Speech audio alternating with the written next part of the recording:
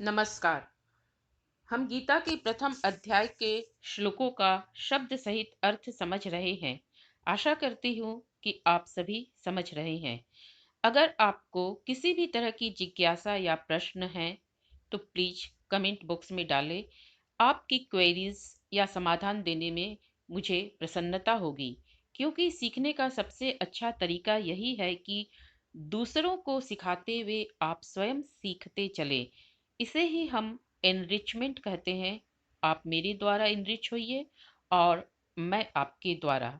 साथ ही एक छोटी सी रिक्वेस्ट है, प्लीज चैनल को सब्सक्राइब करना न भूलें और वीडियो को लाइक करें, जिससे मुझे पता चलेगा कि आप मेरे गीता ट्यूटोरियल को पसंद कर रहे हैं।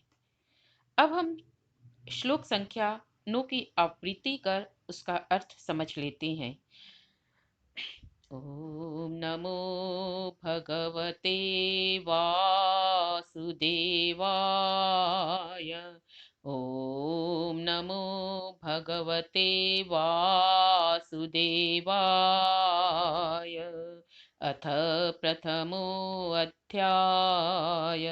अन्ये च बहवः शूरा मदर्थे त्यक्तजीवितः नानाशस्त्रप्रहरणा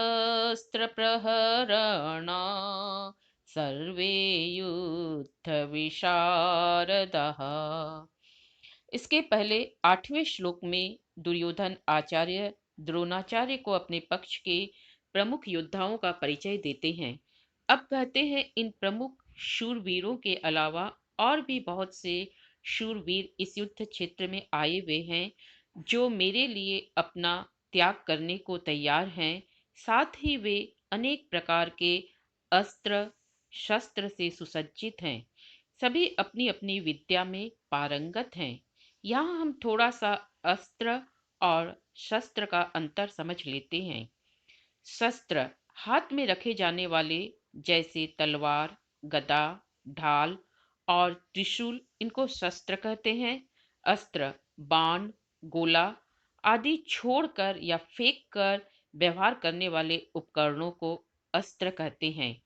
अब अन्य च बहवा शूरा कहकर दुर्योधन उन योद्धाओं की बात कर रहे हैं जिनके नाम का उल्लेख नहीं किया है। उन्होंने उन योद्धाओं में शल्य, कृतवर्मा और जयद्रथ आदि महारथी आते हैं।